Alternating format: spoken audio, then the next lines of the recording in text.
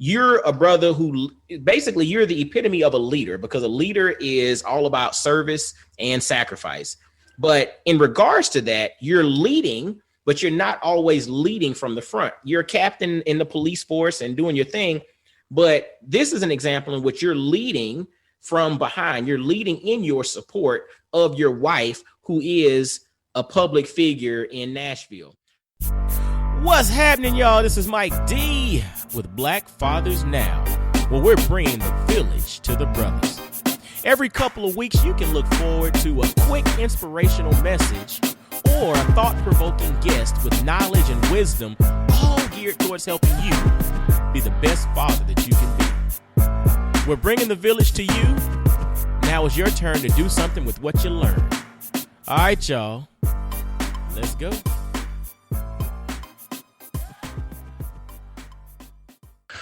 What's going on, fellas? This is Mike D, Mr. Double Down on You, with another episode of Black Fathers Now. Now, dig this, man. We're going to have a really awesome conversation. And we're going to have a conversation with a brother who brings a lot to the table, a lot of perspectives, a lot of life experiences.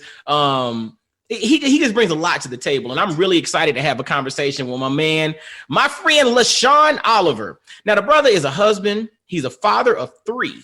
He's in law enforcement. He's a man of God. He's a member of Alpha Phi Alpha fraternity, whatever. We got it.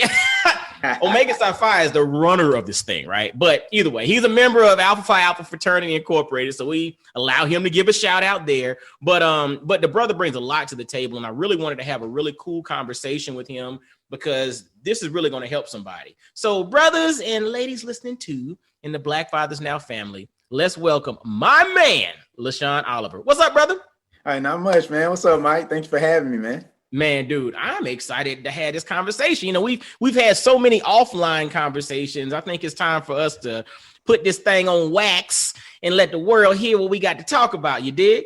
Yeah, for real. For real, man. Well, check this out, man. Before we get started, before we jump into your story, I like to give shout outs, because at the end of the day, who are we without those individuals who help us to shine, who give us the platforms, give us the ability, give us the freedom to walk in purpose and be the men that we're called to be. So give a few shout outs, man, and then we'll jump into your story. Yeah, I'll try to keep it brief, Mike. First of all, I want to shout out my Lord and Savior, Jesus Christ. Without him, nothing's possible. So, secondly, my wife, who inspires me every day to be the better version of myself. That's my better half, so I got to step it up every day. My kids, Micah, Elijah, and Olivia. Not in particular order. I actually went from youngest to oldest this go around. And then my family, like my dad, my mom, sisters, brother, all my families and friends who pick up the phone when I call them. And so too many people to mention. So I'll just leave it at that. And then, like you said, my fraternity, Alpha Phi Alpha Fraternity Incorporated, and all the men and women on the front line serving as first responders out there. So appreciate what you do. As a fellow first line responder, shout out to all those folks and teachers. I just dropped my kids off. Man, what are we right now in pandemic without those teachers making those sacrifices, teaching these kids? So there it is. Man, what's interesting, you really highlighted those that sacrifice for others or sacrifice on the behalf of others. And, I think when folks really hear your story and understand who you are and what you do on a daily basis, you in essence live a life of sacrifice. You're in law enforcement. You're a brother. You're a Black man in law enforcement. You got 2 Black sons, and you're a Black man in law enforcement, especially with the climate. And you got a Black daughter too. But what I'm saying is, in the climate that we're living in, it's all sacrifice for you. And, and that's why I wanted to have you on to really talk about your experience. What led you to that particular place? What inspired you to walk down that particular path? You know what I'm saying? But then as we talk about sacrifice as well, you and I had a discussion probably about 6 or 7 months ago. And it was around the birth of your youngest child, and it was on paternity leave, right? The importance of dads taking time off to spend intimate time with their newborn children, which a lot of us from a mindset perspective don't really think about. And so again, sacrifice, I thought about those 2 components and it made me really think about your story and sacrifice. But lastly, when it comes to sacrifice, and this is kind of the last thing we're going to talk about, you are married to a woman who is in essence a public figure now. She's doing the doggone thing in politics and changing the world in regards to politics. And, in Nashville, I think, didn't she just get voted like the woman, something of the year or whatever it was in 2020? The Tennessean recognized her and her co-executive director and co-founder of the Equity Alliance, Tequila Johnson, as persons of the year. So you stop and you think about that. Like, as a husband of a sister who's a public figure, how do you, in essence, sacrifice? Because as men, we're taught to be the head. We're taught to be the lead. But you are, in essence, having to support this public figure who is doing the doggone thing, but yet you still a man too, right? You're not losing that manhood. So we're going to have this wide-ranging conversation. I'm excited to have it, man. But again, the concept of sacrifice really reigns supreme in regards to who you are. And so, fellas, I wanted y'all to kind of get a context of what it is we're kind of going into today. And so I guess getting this thing started, take us back, brother. Like, your origin story, what were some of the inspirations or the things that allowed you to come into who you are today and to have some of the perspectives that you have in regards to life? Man, Mike, let me first of all get started. And I know this is, and I definitely want to edify the brothers today listening to the show. So let me start with Proverbs, the 3rd chapter, verses 5 and 6, if I can give some inspiration in that regard, and I'll get into my story, and it's relevant. 5 and 6 of the 3rd chapter of Proverbs: trust in the Lord thy God with all their heart, and lean not on thy own understanding. In all thy way acknowledge him, and he would direct our path. And since I was a kid, man, I grew up in the church. I grew up in a small town. My mother's father was a minister. My father's grandfather was a minister. And I kind of shared this 2 days ago on a conversation we had talked about, and you saw online on my Facebook page. It's that I come from the church. I come from a small town. I come from good people who's just struggling to make do. And if nothing else, that verse is so relevant because everything that has led me to this point has all been on, hey, I don't understand it, but hey, God, you lead me, I'll follow. And then he makes it make sense. And he directs our paths in such a way that when you look back, you just mentioned about the sacrifice. I never really thought about it like that. I've always looked at it more as service. I'm called to serve, but dang, you put it that way, there is a lot of sacrifice that goes into doing the things, no matter what hat. And you named at least 3, maybe even 4 different hats I wear. And I'm sure many other men wear different hats. At some point in time, you got to make sacrifice. And I think, you don't know where it ends, but if you're following, you're walking up right, it's going to end in your favor. That's all. You're going to go through it, but you're going to end in your favor. So my story starts from a small town, Mount Pleasant, Tennessee, born in Columbia, but raised in Mount Pleasant, single mother, had my stepfather around who my mother dated. They never really married, but I grew up and I had formed a relationship with my biological father at the age of 9, and we have a good relationship now. It didn't start off that way, but a good relationship now. I was the oldest of my mother, and she had 3, but I was the 3rd to the 4th of my biological father, and my stepfather had so many kids he raised, I can't even keep up with them. So I have brothers that look nothing like me, but you see us, we're brothers. You wouldn't even know, so it's just how that family dynamic worked. Went to University of Tennessee at 18 and stayed up there where I started my career in law enforcement. Went to college just because that was the way of having a better life. Everyone from my small town, you got to get away from here. You got to go start and go to school. And God has so much on you. You're going to do great things. I had all these positive things fed into me at a young age that I didn't have too many negative self-images other than, just being a Black man that in a primarily white town. Even white folks had a different respect for my family and myself. And I think that really comes from the way my mother treated people and carried herself, the way my grandfather treated people, carried himself. That favor went over to me, that I had a lot of positive self-image of myself. So I'm very confident, very self-aware. Went to UT, graduated, and at the senior, I really had to think about what I wanted to do, because I started out wanting to go to law school, get into politics down the road, and be a public servant in that regard. But I didn't know God would redirect my career from law school towards more of law enforcement. And that's where I ended up. And I still found public service and service in that area. And I'll tell you, Mike, it wasn't until I met the first Black man that I ever saw in my life actually running something and was the boss, my mentor and the chief. They had just hired him when I was working as a security officer my senior year, that I said, okay, I can do this. And he actually took me aside and said, man, you got a college degree? You want to get into law enforcement? Because I wanted to go to FBI at the time, or the U.S. Marshals. Mm-hmm. He said, we don't have many Black men like you that want to get in this. And he told me, man, you could provide for your family. Let me tell you what it's done for me. He said, this is a missed opportunity from our communities that we need to get in and be serving our communities. And he said, I'm going to mentor you. Hire me on the spot. And the rest has been history. This is what I've done. And I've seen the benefit, especially for us. You know, there's so many opportunities in these public service sectors, but a lot of times we don't have people that look like us that can guide us, mentor us. And that's what I have that most people don't. And I don't take that for granted. Hold on, dude. We have to pause there for a second, because you mentioned that a brother saw the potential in you, pulled you aside, and took you under his wing. Brothers, pay attention to what he just said. Another brother saw the potential in Leshuan, pulled him to the side, and took him under his wing.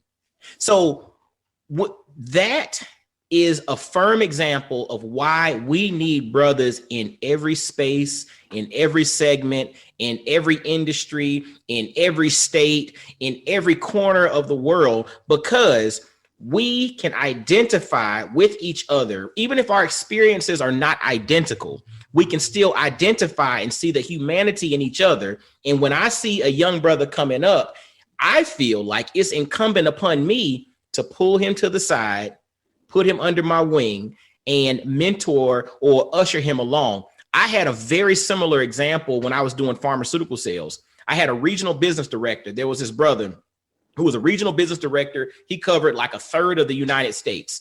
And when I was young, I was like 25 in pharmaceutical sales. Nothing was really special about my performance, but I was able to work conferences all over the country, in New York and Orlando, and going to these different things and going up to Howard and doing recruiting events at this place and that place. And I'm just like, wow, I'm just given all these opportunities. Years later, this brother served as a mentor for me, in the industry. And I asked him, I said, man, why was I given these opportunities? Like, why was it me? Why was I chosen to get all of this? Because my performance was good, but it wasn't like off the charts or whatever. And he said, Mike, I saw you and I wanted to make sure you got some of the same opportunities these white boys are getting. And I was just like, dude, it sent chills up my spine, because it was showing the power of having brothers in position who can see that I need to pull you aside, take you under my wing, and give you some of the opportunities that other people might overlook. And when you said that, it literally touched my soul in regards to that was part of my experience in regards to sales. So brothers, if you got somebody that you see potential in, you got a young brother that you see potential in, it's not a choice. It's a responsibility for you to pull him aside, take him under your wing, and show him the way. And you said something too, Mike. I want to jump on real quick. And you actually had this conversation with me. What was it, 2 days ago? Mm-hmm. And you inspired me to do something. I took and did what you told me to do. Mm-hmm. And so you're paying it forward, because you're doing you're practicing what you preach. But there's a book, man, by, and I'm going to jack the name up, but Ajomo Alu. I'm jacking her name up, but go look up the book. It's mediocre. Mm-hmm. And a lot of times in this book, she's talking about the impact of the dangerous legacy of white men or white men in America, and how easy it is to be white in America and have things just laid out for you and find your way, even if you're just average, mediocre. And a lot of the rest of us, whether it's male, women, straight, or gay, or you name the marginalized group, we don't have it as easy. and we don't have the access. So representation matters. People who, like you said, see the humanity and making that way for you matters. And not only that, encouraging you, because you weren't brought up to think, oh, I'm supposed to, I grew up, white men supposed to be running stuff. That's why when I had a black chief, that, like, hold up, a black man telling white folks what to do? And I'm from a small town. Where does that happen? I ain't seen it. I ain't seen no black man, where people, even the black doctors and professors were kind of like paying homage to this brother when he walked into the room. That was something new to me, man. And he has his own story. He not only is my mentor professionally, he's my mentor even as just a man and as a man of God, because I've known the brother for 17 years now. It's about as long as I've been in the career, long as I've been out of school. And he has really made a difference. And so, white people have it laid out for them, especially if you're a white man. Every other marginalized group, we don't have that. So it's important to see it. It's important for someone to pull out of you what you don't even see. That dude, what you don't even see. And that's why, to your point, what it is, your life journey, but then also we're going to talk a little bit about what you're embarking upon in regards to your life. But then what I do as well, it's just like, it's not a choice, it's a responsibility. When I see a brother that has some potential, that's teetering on something, I have to stop and go pull that thing out. And whether they take action on it or not, I've done my part. But the reality is I have to do that. And brothers listening, it's incumbent upon you when you see somebody, especially if you see another young brother doing something and you see potential there, it's your responsibility to pour into him, right? It's your responsibility to pull them up. And guess what? The goal is for them to be better than you. You know what I'm saying? The goal is for you not to sit on a perch and, be the dude at the top of the hill looking down at everybody. Tupac said, "Ain't no fun if the homies can't have none." Now, I know the context was something different, but the reality is this: I want everybody to succeed.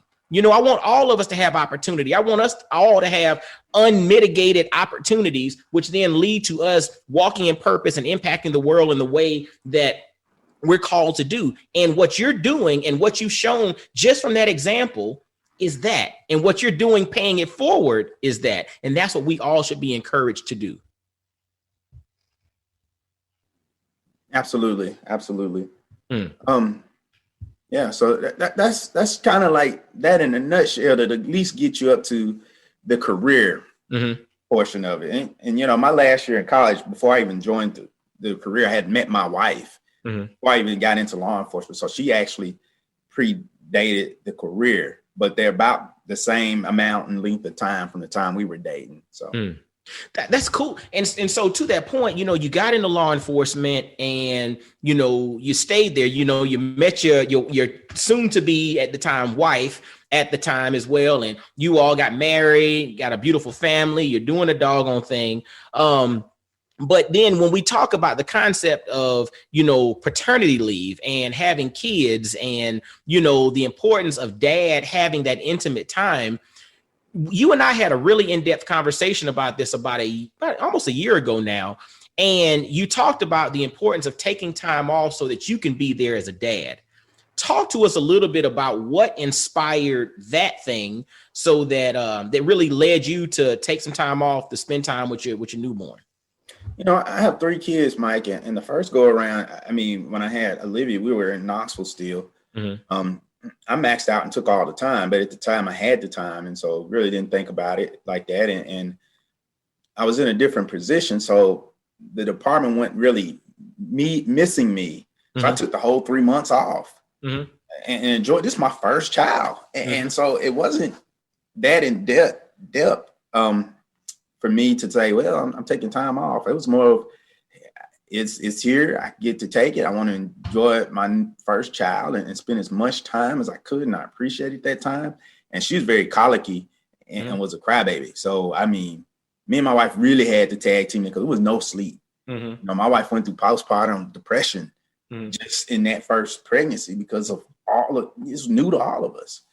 By the time we moved to Nashville and we have the second child, I had just barely qualified to have any time. They gave me 2 weeks. I took it and I was back to work. Now my wife's at home by herself with a toddler and a newborn infant. Mm. And I'm on the evening shift of all shifts. And it was tough on my family. And I still, to this day, have a lot of guilt for that time period because I left her by herself. Every evening I go, I'm like, man, the evenings when they're coming home from daycare, and this is when she's getting off from work, and she don't get to stop. She's got to go through until they get to bed. And fortunately, our second child was very good. He's a good baby. He's not so much good now. He's a boy. It happens. He get it at tail now because he's at that age feeling himself. But as a baby, man, you couldn't ask for a better baby. And so that kind of helped, but it didn't help me, man, going off to work every night and not getting home to everybody was asleep and having to have her. She would sometimes come to work and eat lunch with me and do things just so I can feel a part of the family. But my days off, man, was in the middle of the week. It was never on the weekends. It was sacrificing. So by the time I had this third child, I think I went full circle where I wasn't going to take it for granted this go around just because it was there. And I know definitely those 2 weeks wasn't enough with the second child. And I think around the second child is when I started seeing, I'm just going to be transparent, it's when we started to see the first real challenge to our marriage. We've been together for 8 years and never had problems. It was a honeymoon, even with the first honeymoon. Yeah.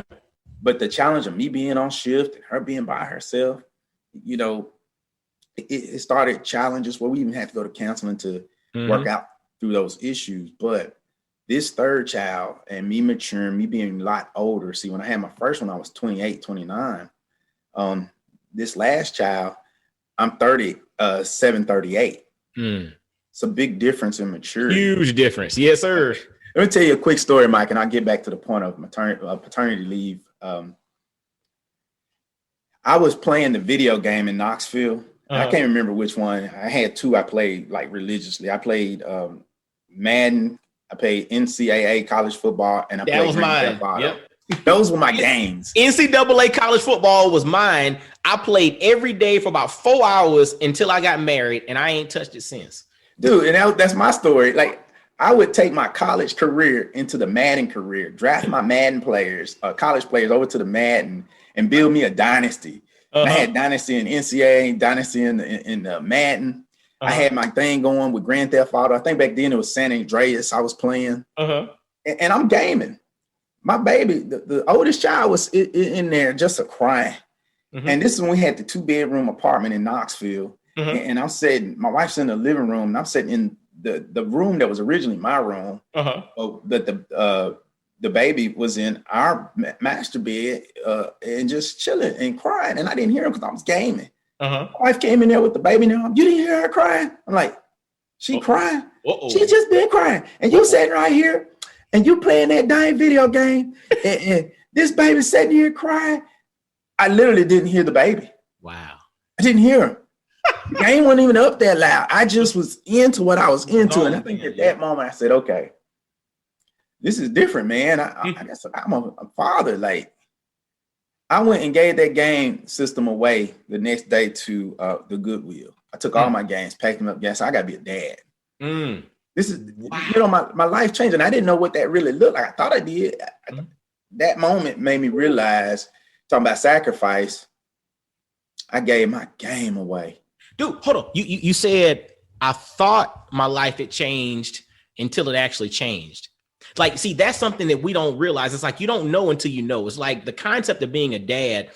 I can explain it to someone. I can tell you the ins and outs. You can go through all the trainings in the world, and those are good. Those are very helpful to kind of give you a context, but it doesn't make sense until you're actually going through it. It's kind of like you can have practice all day, every day, practice all day. So you're ready for the plays to be called, but you don't really know until you actually get into the game and you got to execute that play. And you're like, oh, so this is what they mean by this and that. Same thing with training. It's like you can take all the trainings, the books and everything. And I encourage that. I mean, I actually have a course called Jumpstart Fatherhood for to-be dads. It's very important. But the thing is, those things really don't make all kind of sense until you're in the moment. But by training and being prepared for it, when you step into that moment, you're ready. It makes it easier. I don't say you're ever ready. It makes it easier. You navigate it, and experience is the best teacher. Yes. Let's not get it wrong. The training prepares you so that when I'm, and I'm gonna go into law enforcement for a second. I'm going to a call. My training tells me how to respond and how to be prepared to have the edge. So mentally, I'm prepared. And that's where it starts in the mind, and you got to prepare yourself. But when you're in the situation, you might have to pivot. Things change. And so it's experience. It's the emotion. What did I feel? What was going on? What did I feel when that baby was crying and I didn't hear him? And my wife was really mad. My intention wasn't to be bad and to be neglectful, but I felt neglecting, like I was a bad parent. So what you learn is give yourself grace. Ooh, grace and space. Yep, you got to give yourself grace. You gonna mess up. You ain't perfect. And so when I get ready to go to this third child, I understood for everybody. I had it lined up. I got this much time. I'm taking it all I can off. My wife needs me at home, but the baby, I want to bond with this baby. I want to have this baby. And me and my baby child to this day, we bonded. We he knows his daddy.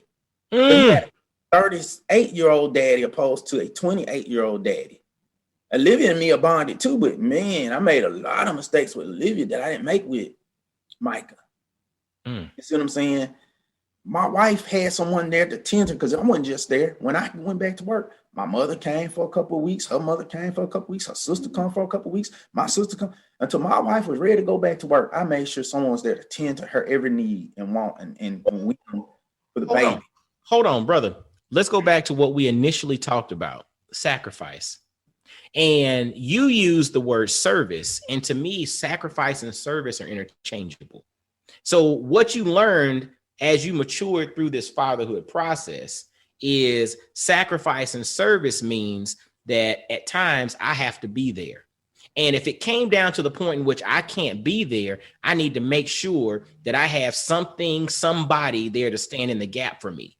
That's that sacrifice and service mentality that you're bringing to the table, and it's showing in your actions. It's not just what you're saying, because again, everybody's words don't always map to their actions.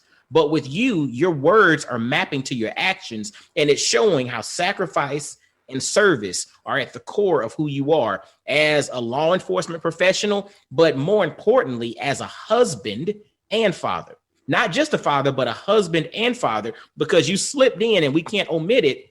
Spending time with your new baby, spending time with Micah was important for you to bond.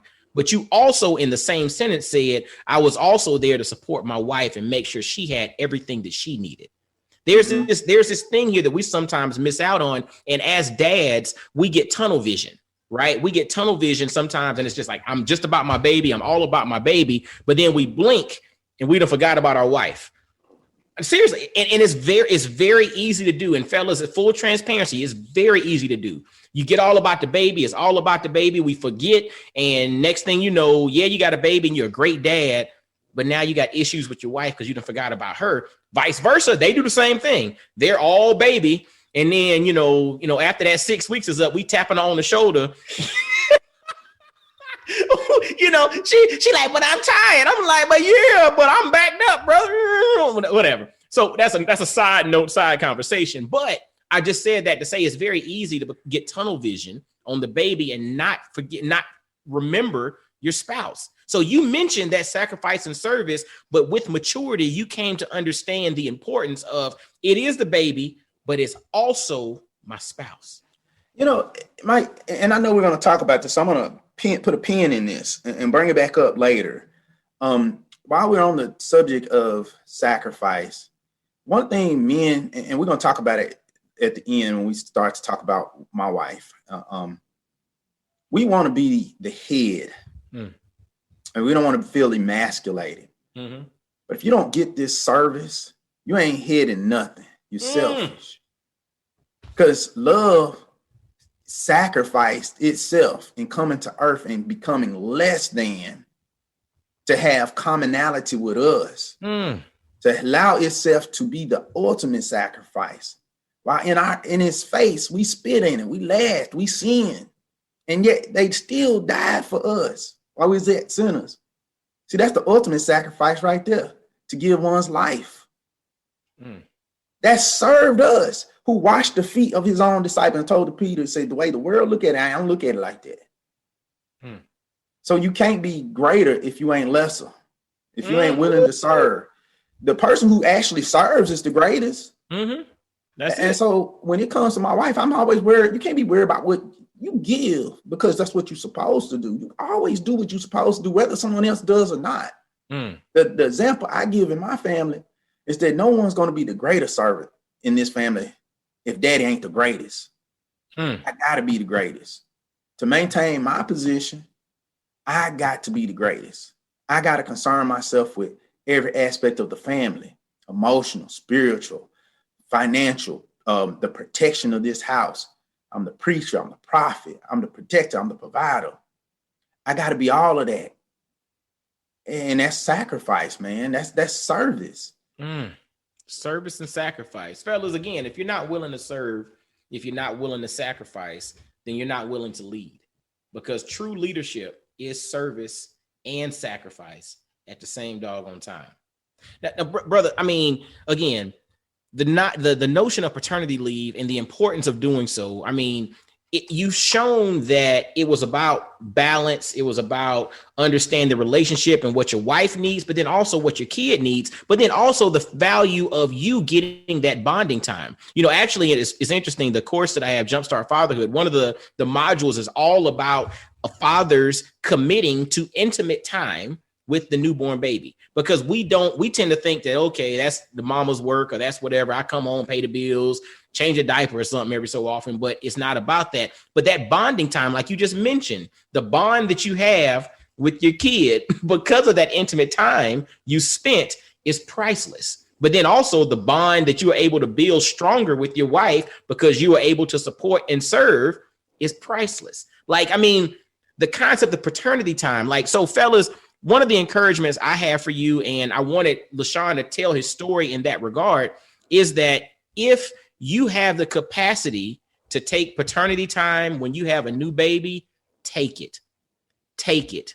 Those are moments you'll never get back. Take it. If you don't have the capacity, find a way to, on the front end, maybe save up some resources so that you can fund your own paternity time, because those intimate moments are moments that you cannot get back, but they're extremely important. Well, Mike, while you're talking about it, let me educate a little bit. By federal law, you at least get up to 4 weeks of protected and keep your job. And check your state, because your state might be different. I know Tennessee also matches those 4 weeks, so you can at least get up to 8 weeks uninterrupted time. Now, it's not always paid. So that's what you got. Like you said, you got to do that. Now, from a financial end, and I'll just give you a free advice. That's why we say save anywhere from 1 to 3 months of your salary. Mm-hmm. It's not always for emergencies. You can replenish that savings again, but if you have a child and say your company is not going to pay, but you know you could do that, take that time off and pay yourself while you're off. And for all you can take, say I only got 2 months, I can only take a month because I want to leave a month in the bank account. Great. Invest in some short-term insurance for that reason. Geico. They run those commercials. We laugh at that duck, but that's exactly what that is. Get you some Geico insurance. And if you need to take off, figure out a way to do it. Because like I said, I had 3 kids, 3 examples. Olivia, I took the most time off. Elijah, I took only 2 weeks. Mike, I took 6 weeks. And somewhere in the middle, I found what worked for me, because then the next 6 weeks, I figured how to have people here. But that time is not just for the woman, it's for you too. Yes. Ooh, see, and that's what I'm wanting. That's what I'm wanting brothers to get. It's not just for the baby. It's not just for your wife or your spouse. It's for you as well, because these are moments. The thing about having, this is interesting. Like when you think about kids' clothes, right? So as an adult, when you buy clothes, pretty much unless you put on a lot of weight or lose a lot of weight, or unless the clothes wear out, you can pretty much wear them clothes in perpetuity, right? With kids, when you buy clothes, because them little jokers are growing, depending on what stage they are, you might get a good month or 2 out of them. And not because the clothes wear out, but because the foot no longer fits in the shoe, or because those pants no longer button up, because they're growing. And I said that to say, when kids are newborn, when kids are first born, you never get those moments back. You never get those first 6 weeks, those first couple of months. You never get those back. It's not like 3 years from now, I can go back and get those. No, dude, when they're done, they're done. So you have to capture the moment and you have to be in the moment to make the most of it. And again, I'm very sensitive to the fact that I do understand that there are brothers in positions in which you might not be able to take that. I mean, like we mentioned, saving up for months, and maybe you're at a point in which the baby's coming soon and y'all didn't prepare, and so you don't have that capacity. Don't feel bad about yourself, but find a way to get those intimate moments in, because paternal time is extremely important for the baby, for the mother, but then also for you. Yeah, because you won't go back and regret it. You won't have the guilt. The guilt I had moving to Nashville, I didn't have that by the third child. I didn't have, I left my wife to do this, I didn't have that guilt. Mm-hmm. I felt good when I went back to work. I felt good by the time I spent. I went back to work productive. I went back to work ready to go back to work. Yeah, because you spend enough time, you're like, well, it's time to go. Yeah, so yeah, but I say it's for you. Yeah, you have to figure out what works for you. But the biggest thing is I don't want brothers who maybe aren't in that position to feel bad about it. Mm-hmm. You have to figure out what works for you. And so maybe if you can't take time off, okay, well, guess what? My free time is going to be paternal time. I'm going to have me intimate time with my kid. I'm going to support my wife in the times that I can do so. So we need to make sure that we at least emphasize that and make that and be intentional about that. So paternal time, that's one of the things. Another thing I wanted to talk about, and you're a Black man in law enforcement. And again, we're in 2021, and 2020 was hot as it pertains to law enforcement. It was a lot of, defund the police going out. There was a lot of the issues going on against us as Black men, as Black people. And a lot of the target of some of the issues that were going on was law enforcement. Like a lot of us collectively were going directly at law enforcement as they are basically ground zero in the major issue that is kind of perpetuating a lot of the issues that are going on. You're a brother that's actually in law enforcement. Talk to us about how you, from an ethical, from a moral, from a personal perspective, how you navigate all of this that's going on, and in essence, keep your sanity, brother. Yeah, a lot of people have strong opinions. This is just a profession I chose to provide for my family, the vehicle for which the outlet of who I am comes out best while providing for my family. If I'm a servant and public servant at that, I mean, when you think law enforcement, that's what we're supposed to be. And so I've been fortunate to work for two great departments, one in Knoxville and one in Nashville. And in the course of 16, 17 years, I've gone up the ranks in both. And currently I'm a captain, so I'm upper management. So I get to dictate a lot of the culture and have a lot of input on what those people on the front line do. And I've also have been on those front lines. And so I can relate to the challenges. I tell you, from the frustrating part of it, it comes both ways. It's that duality. And you get it from both ends. You get it from being just Black and a male. There's certain things we have to be mindful of. I had a conversation today with one of my colleagues, and it's just a reality of 16 years. I can't express to this white colleague who's calling me with good intention and say, hey, man, it sounds like you dropped the ball on something.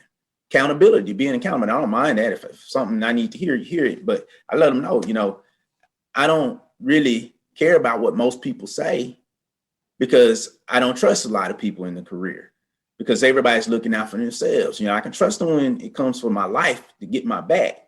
But that politics, man, people jockeying for positions, they're looking for you to fail. But then for the fact that you Black sometimes, they don't even subconsciously, they don't know.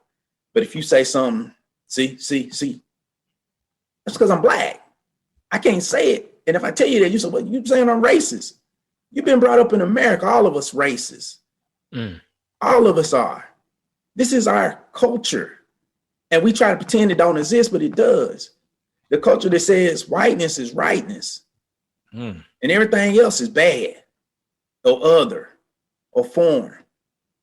So it's foreign to have a Black man in my position. So I get that. So I'm fighting that. But then the brothers and sisters don't trust you. So I got to prove something to them. So I always have this pressure to prove something. But I'm going to tell you something. I don't care what no one thinks. This is what God called me to. And this is what I love doing. And if you don't have people like me doing it, that's conscious of all of it, what do? We give up. It's like saying go back to Africa. No, my ancestors built this country. I'm not giving up what we built and poured and sweat, and my ancestors here. I have every right to be here. And if there's a cop being called, I have every right to have cops that look like me. So I got to demand it. And then I got to go be that cop to serve my community, whether you trust me or not. I know my heart and my intention, and I got to go prove it every single day. And it's just something we carry. We know we got to do that. And you complain, but you better complain to the right people, because everybody ain't trying to hear it. And that's just the reality. It's the duality. The white colleagues might find that you're doing something wrong, and then you hear them out and you're like, I ain't doing nothing wrong. Y'all just trying to find something. And then sometimes it is legit. But then the black folks and people in your community say, man, you're doing something wrong. How can you sell out? You know the origin of law enforcement in America? Yes, I do. I know the history. I teach criminal justice. I'm not an idiot. I have a master's degree. I understand this. But I also understand with any system, you got to have people on the outside and on the inside putting pressure in to change that thing. And if you don't have people like me, if you don't have people like my mentor, you don't get the black men and women who've gone on to be chiefs of other departments to change those cultures, to hire other black people who would be in position. I wouldn't be a captain if I didn't have that man. I wouldn't be in the position I am today if I didn't have that man. So you got to understand, Joseph was planning in Egypt for a purpose. Sold into slavery, but at the end of the day, man, the same people who sold him into slavery, the same folks who he ended up rescuing. God put his people in every place. Egypt was wicked and evil. And yet God put them in Egypt for a time like this. So he has his people everywhere and everything doing things. So I don't make excuses for what's going on. We need to be held accountable when we're wrong. We need to do better as a profession. We need to be more standardized across the board. That's the biggest problem in just law enforcement. There's no standards nationally. Everybody making their own rules. That leads to the chaotic responses and the chaotic things that you see across the country. That's, brother, that's powerful. And fellas and ladies listening too, that's coming from a brother in law enforcement. And he posed the question, if you don't have a brother like Leshuan in that position, then who do you want in that position? If you don't have a brother who understands and sees the duality of being a black man, raising black sons, a black daughter, having a black wife, but yet also navigating this establishment that is not primarily black, and you can see both sides of it. Like, if you don't have a brother there who has that empathy and understanding, then who is it that you want there? Because the thing is, I think it's interesting. Most of us inherently are selfish, meaning we want what we want, and I want what's best for me. Regardless of how that impacts everybody else, I want what's best for me. And if this impacts me in a certain way, that's what I want, right? I mean, most of us, we operate that way. That's how we vote. That's how we spend our money. That's the neighborhoods we live in. I want what's best for me. The schools we send our kids to, I want what's best for me and my family. It's like we operate that way. And the reality is, what's best for you might not necessarily be best for everybody. And that's the part that's kind of a challenge. And what's interesting, we talked about leadership is service and sacrifice at the same time. Most people, and this is just me stepping out on a limb, most people are not necessarily wired for leadership, especially public facing leadership, because they don't have the ability to deal with the duality. It's that selfish thing, and they want what they want, how they want it, when they want it, but they don't have the capacity to take a step back, recognize nuance, and see that, okay, I know I want this, but in regards to the greater good, what should be done? And I think that's a challenge that a lot of us face, but I think that's also an honest in the mirror look that we all need to take in regards to, are you personally wired for public facing leadership? And that's a good way of putting it, Mike, because that's all law enforcement is. A paramilitary organization. When you think about military, you got those soldiers who are your infantrymen. They take orders and they go perform the task. And then you got those generals and those people who are the leaders and the ones who are leading the soldiers into combat, coming up with the strategies and carrying it forth. And so you need it all, but everybody's not meant to be on that officer level and that officer trajectory, and not everybody. And there's nothing wrong with that. Some people are fine at doing those tasks. Just be good at it. Everything you do to the glory of God. But some people do aspire to higher levels, but in all of it, just be good at what you're doing and be okay with that, and make sure you gave your best. And in law enforcement, this is what a lot of it is. It's leadership, and your agencies. And I'm going to say this once I say this statement, I'm going to follow up. Your agencies are reflective of its leaders. But you get the leaders because law enforcement was made for the people, by the people. Remember, the first law enforcement, long before we got to America, the first original law enforcement that was in 1829 in London, England, by Sir Robert Peel, who was a politician. He created the first police, and he had 9 pillion principles that we learn about in the police academy. This is legislative. And all law enforcement is reflective of the people. It's government. We are the government. The people are the government. So if there's something that you don't like about your law enforcement officials, and look at your own societies, your own governments, and say, do they reflect our values? Is that who we're voting in? Because a lot of times the chief answers to the mayor or the city planner. You know what I'm saying? That's who they report to. And those people are elected. Your district attorney, they're elected. Your sheriff, they're elected. So if you have a problem with how policing, go vote their butts out and put people that's going to hold them accountable and say they got to reflect our values. And we know that's not easy, but that's the struggle. That's the battle we do. You get mad because we enforce a law where they shouldn't be smoking marijuana. I don't think it should be a crime either. But if you're going to smoke it in my face, I'm taking your butt to jail because it's the law. If you don't like the law, change the law. And I'm not in agreement with all the laws, but I have a job to do. I might not be in agreement with all the laws, but I have a job to do. And you mentioned the concept of the structure of like a paramilitary organization where you, in essence, have foot soldiers who execute on what they're directed to do. So, I mean, you think, and to me, the military is the best example of that. When you're on a military mission, if your leadership says, y'all go and y'all clean this town out, and this is what you better do, you don't answer questions. You just go and do what's told. So when we think about, and it goes, and it's interesting, when we think about policing, it's all reflective of leadership. If leadership and the systems of leadership were reflective of the people, then the actions taken by the foot soldiers, by the lower ranks of the brothers and sisters, the individuals in law enforcement, the activities would be different.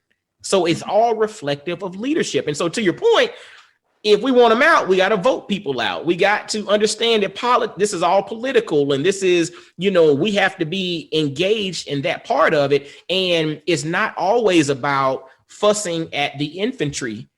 It's not all about fussing at the people on the ground. It's about getting to the folks at the top because they're dictating the actions of those individuals on the ground.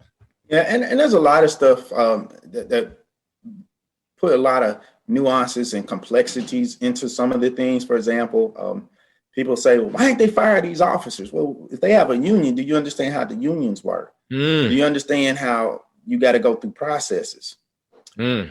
Sometimes, like Kentucky, for example, Breonna Taylor, there's so much more to it than meets the eye on the surface. And the district attorney was someone that is an elected official. You could have changed a lot of that, just changing who you vote. Getting the joker out of the office. Get the joker out of the office, reopening the case and looking at it from the perspective so you could hold people accountable. And because that happened in one city, now the rest of us around the country's got to bear that. And I think it makes it dangerous for us as law enforcement in doing our job when we don't have people held accountable, when it's obvious there's wrong, whether it was a mistake or not. She was in crossfire. They went in. Now the details to that case, like I said, late night, no knock warrants, all that. That's something totally different that I wouldn't necessarily weigh in and say I agree with. But that's the policy they had in place. But if you come in my house I'm shooting at you. That's right. That's right. It's real talk. I mean, so to your point, it goes back to the notion of policy. It goes back to the notion of leadership. And if those policies were in place that allowed that type of action to take place, then the issue is definitely if people did wrong, they need to be held accountable. But the real issue is with those individuals who passed those policies, which allowed actions like that to even be a possibility. Yeah, again, I think what this summer has done and where we're at is given a lot of people who are sincere time to reflect and review those policies. And if you're in law enforcement today and you're a leader, you shouldn't wait for people to tell you. You need to be proactively looking at your policy and say, does this best serve the people? Put us in the best position to accomplish that. And no knock on, or can we get that joker at work later? Mm-hmm. That's what's going to put us in the best position so everybody walks away. Because I don't want to put that officer getting shot at. But if you shoot at me and I'm an officer, I'm shooting back. Because I got to go home live to my 3 children too. But these are where we have to think about and be proactive from the law enforcement's perspective. We learn from these lessons and say, how do we do it better? You know, this whole notion of defund the police, the terminology is one of the things that's contentious. But what I do understand in the argument, and I do agree, is, and this is just a fiscal conservative in me as a voter, do we put our money where we get the most bang for our buck? We ask officers to be everything, do everything, you don't want to pay for it. How you gonna get all this training if you ain't paying for it? How you gonna get the premier officers if they get the lowest salaries of all your public servants? You got to pay for that. But the same token, some of the stuff we ask them to do, should they even be doing it? That's real. Should I be going to get the cat out the tree? Is that the role you want your law enforcement doing? Then fine, that's great. Should I be responding to the mental health person? I didn't go to school for that. But, you know, the scripture even said the soldier don't bear the sword in vain. So do you want to put us there? Because every time an officer show up, there's a gun on the scene. I don't care what the call is, the gun on the scene. So am I wanting a kid who's mentally disturbed to be dealing with, say if they have Asperger's or Alzheimer's, or not Alzheimer's, like autism, something. Is that what I want to be paying for? Or would you rather have someone who's a mental health professional be trying to deal? So those are good arguments, and those are good things where we need to really look in, talk about, and think about how. I think what it's forcing us to do is to rethink what the police is for, how do we use them, and how do we properly fund them for what they really are supposed to be doing to serve. I don't think you don't need no police. If someone's breaking in my house, I want somebody with a gun to show up. I don't want somebody, you know, that's unarmed saying, hey, sir, I know you got a gun, or a bank robber. You drop it. No, I need someone that's going to meet force with force. But for a lot of the things that we've seen in this nation, a lot of things that's gone bad, the majority of it did not need an officer with a gun to resolve some of these calls. And that's one of the things I tell, and we talk about, at least at the agency I work, we talk about policing by proxy. If you have a bias, you call on this young black man with Skittles and some Lipton iced tea with a hoodie. That's your bias. What is this person doing that's criminal? It's ongoing, and that's a danger to the community that you need a police officer. That's policing by proxy through your bias. Are there other mechanisms in place to make you feel secure in your environment? And why are you so insecure by a 15-year-old kid? You know who I'm talking about there. We all know. And you know, and it's interesting, but again, that wasn't an officer involved thing there. No, it wasn't. But the whole premise of we deal with, But I'll say the thing that's so interesting about it, it's like we all need to think, and we need to think about the greater good. And at the end of the, you know, I was listening to someone talk about the concept of deals and negotiations. And one of the things that they emphasized was they said that a good deal, a great deal, is a deal that's great for all parties involved. And so, because a lot of times we're wired to think that I'm supposed to win. This is supposed to be about me. Again, it goes back to that thing I mentioned earlier, being selfish. A lot of us are wired to, I want to go and win. I want to take this joker to the cleaners.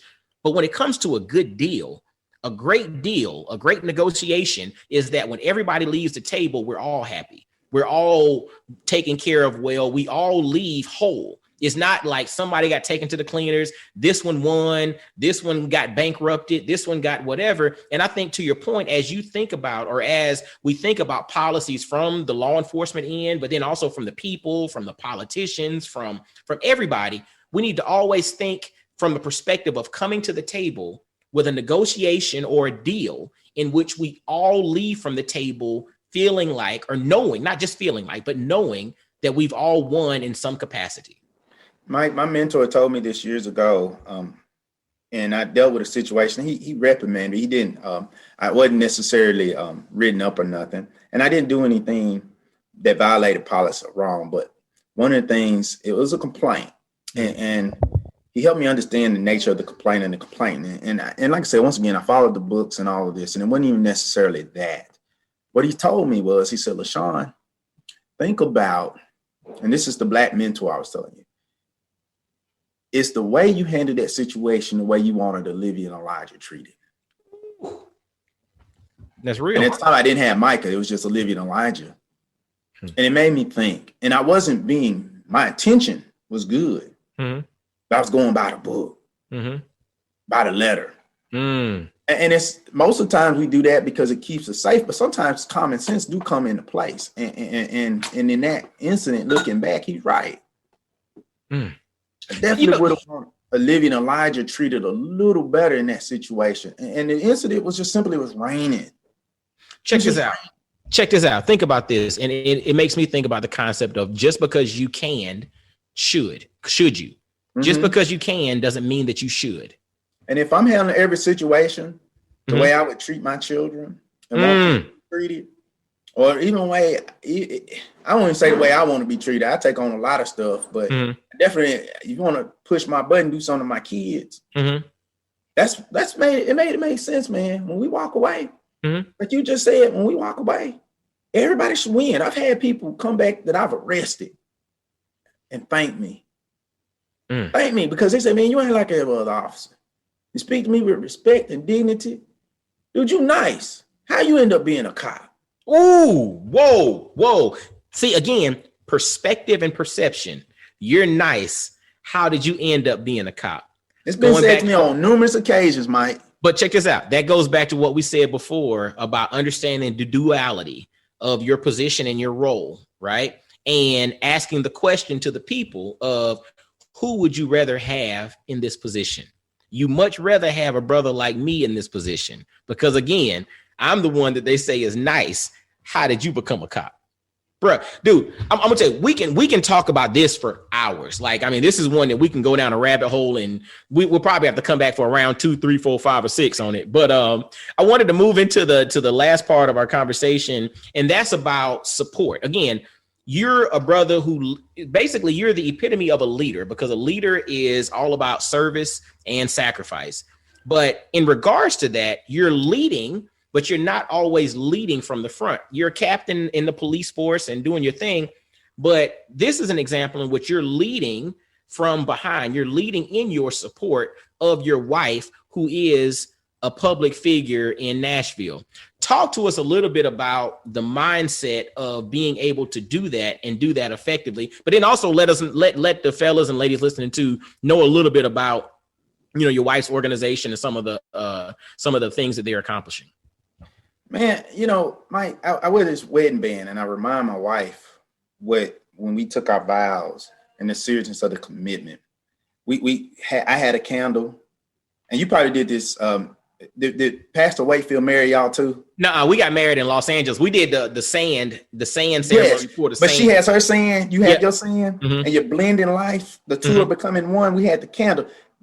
This ring has a vein in this finger. It's an artery. You cut it, you bleed out, because that artery goes all the way to the heart. This is your love. This is your heart. And this ring goes over that finger. The two become one. This is one. And it's encircled by the ring. And that ring is eternity. It symbolizes God who finalizes the covenant. So technically, all three of y'all in this together. Y'all one. Y'all one. God has become one. This is one finger, one ring, but it's one. Does that make sense? Absolutely, 100%. One of the things that I come back to that is because I learned so early on that when I do something to my wife, I do it to myself, good or bad. If I do something good for her, it's for me, and it's gonna come good. If I do something bad to her, it's for me. It's gonna come bad. I'm getting it either way, but I do it to her. I do it for me. Whatever. Same with her. And if I'm the one who's making the most money in the house right now, great. It ain't about who's making the most money. This is for our house. This is us. That's right. It's us. If she's making the most money, it doesn't matter. It's us. That's it's right. us. We sit down and do the budget. We decide the affairs. You see what I'm saying? Being the head don't mean I'm in charge. I put my foot down. I want to use wisdom. I want to center God in every decision. So if I'm making a decision or she's making a decision, you better believe God is at the center of that decision. That's what's going to keep us. And so when my wife came to me, I think it was 2016, and she told me this idea she had for starting an organization, the Equity Alliance.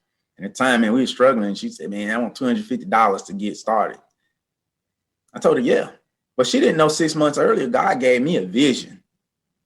And he told me, men, y'all better be ready to be set down, because in this new age, in this new era, what I'm bringing women to lead what I'm been finna institute into this world. We've led for a long time. He's like, I'm finna put women at the forefront of this new thing I'm doing.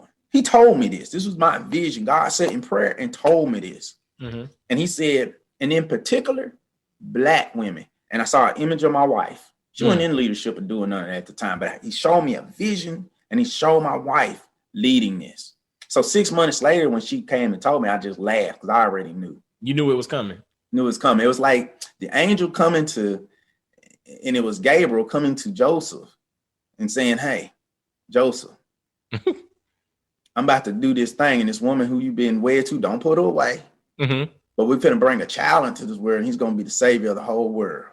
But I'm telling you, because I know you as a man, how you going to feel, how you going to react, just because it's natural for us men to feel that way. Hold up, she pregnant. That ain't my baby. That's right. What's up with that? What you mean? God told you supposed to be leading something. I'm supposed to be at home with the kids. Man, that ain't the way. Because, you know, we brought up in a very patriarchal society that teaches us a certain way. So I've had to unlearn some things. And learning support was the biggest thing. And so I had my Joseph moment. You know, Joseph, you get talked about at that point. But then after they come back from Egypt, when Jesus is 12, you don't hear nothing else from Joseph. We forgot about him. We talk about Mary. We talk about Jesus. Are you okay being that person, being in the background? By Mary's being lifted up and praised? Or Jesus, your son? Does it matter? My wife has my last name. That name and legacy, Oliver, is what's in the paper. Can I be proud of her and it not bless me? Can I be supportive of her and it not bless me, my family? Guess what? Because of what she's doing, she's opening doors for my children, my grandchildren. What can I do to support what you're doing? Because this is our vision. This ain't your thing. This is our thing. Because we both have a destiny. We both have purpose. And it's tied to each other. I don't believe God brought us together if we both didn't have something that is going to complete it. I can't do everything. She can't do everything. But what she's good at, she's good at. And when people see you, Michael, they got to see your wife. If they don't see you when they see your wife, it's something off. That's it. That's a package deal. That's it. What you're doing, she can be proud of. That's right. My husband. That's right. What she doing, you can be proud. Man, that's my wife. Absolutely. And it says something about the choice that y'all both made. So I made a good choice. Yeah. He who finds a wife, what? Finds a good thing. Come on. And what? Come on. He's highly flavored and blessed. Come on. Bro, I ain't got to prove nothing. Y'all see my wife. I be like Paul. I can toot my own horn if I want to and brag if I've There it earned the is. right. There it is. But I don't want to be conceited. There you go. Y'all see what she doing. So how am I not to be also like, man, you pulled that? Mm-hmm. I found her when we both had nothing. But God led us together, and all we knew is, man, there's something special about this woman. And all she knew is there's something special about this man. And as we talked, we said the common thing we both had in common from the beginning was God. That's it. And we said, man, he got us on a purpose, and we're going to be faithful, and we're going to be committed, and we're going to follow this journey out into old age, until death parts us. And so I think that's what I've done, Mike, is just heard from God, said, set back, figure out how to support, because what he is doing, he's doing through her for a reason. He has a plan. So I can't, what I'm going to do, stop God and what he's trying to do? Nah, just stay out the way. No, I got to stay out the way. That's it. If I need to be at home with the kids and my children, I'm going to be at home with my children.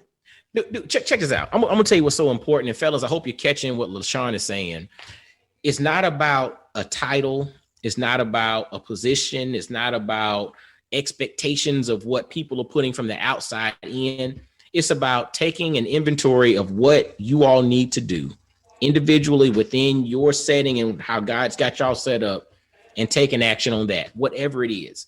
If that means that you stand in the background and she's out front, guess what? That's what it's going to be. If that means that it's a moment where you're out front and she's taking the back, hey, that's all right.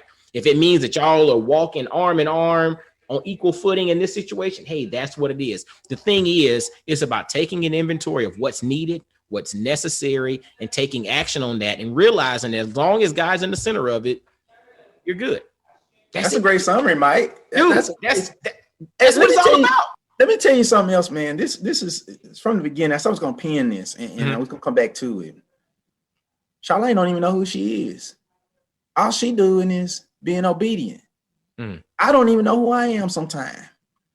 All I'm doing is being obedient. What I mean by that is the way people see her, she don't see herself that way.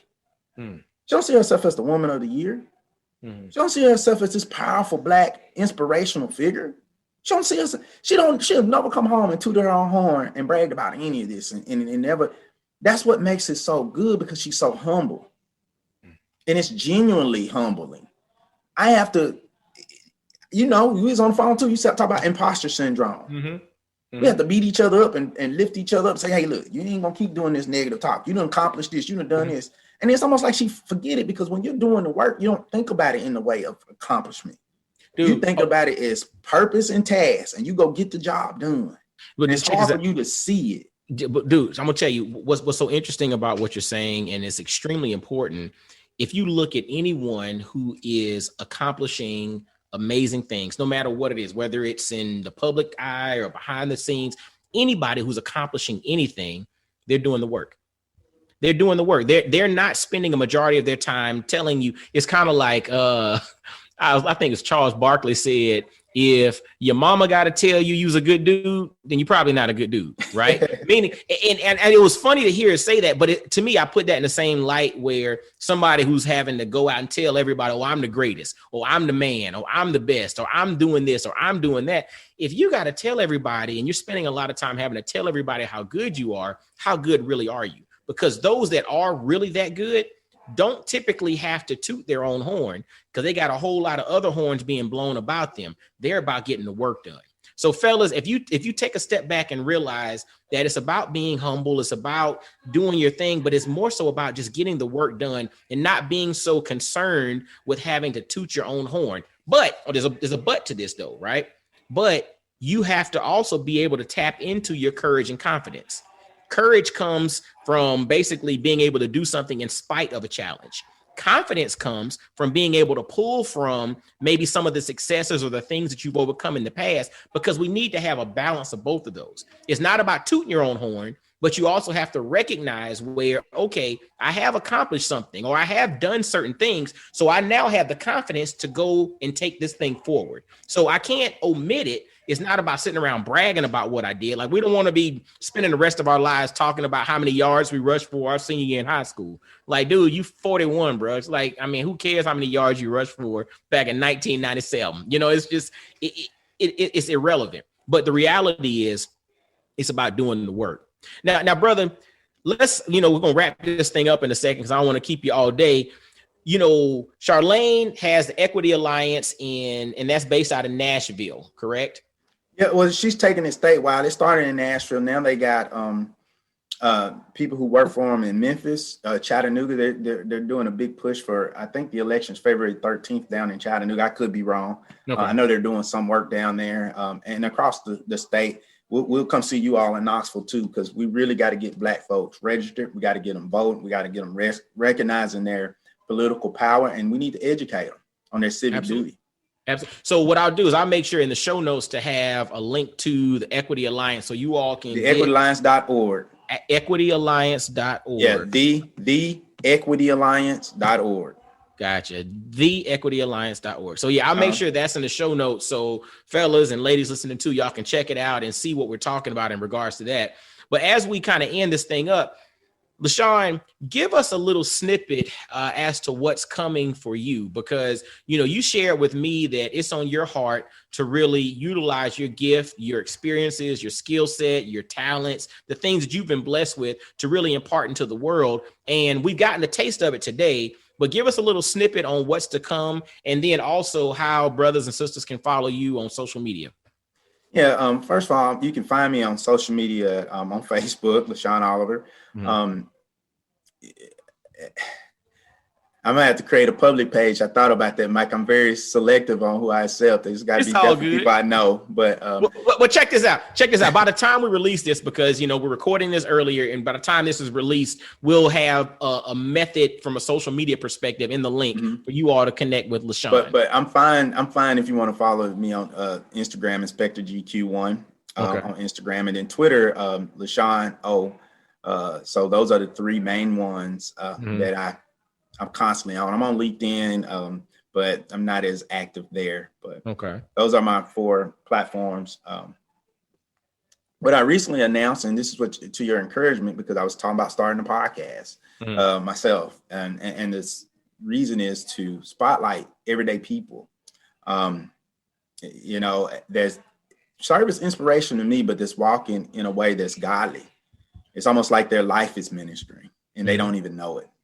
And so a lot of times we get caught up on being preachers in the pulpit or evangelists, but there's so many different gifts. As they talked about it in the scripture. You got teachers, you got people who prophesy, you got so many people who got different gifts who still edify the body. And so what I'm going to be doing with this podcast is similar to what we're doing today. Is just have conversations, bringing people on, spotlighting them, and talking about just their life in general and the things that they're doing. And hopefully in conversation, you can see the God in how he is really moving. And so I've been able to see it. And it's crazy because I've seen it from a perspective that a lot of times, one of the books I read is The People History of the United States by Howard Zinn. He talks about it from the lens of history that's not in the white lens that we've all learned it. So you get to see marginalized people.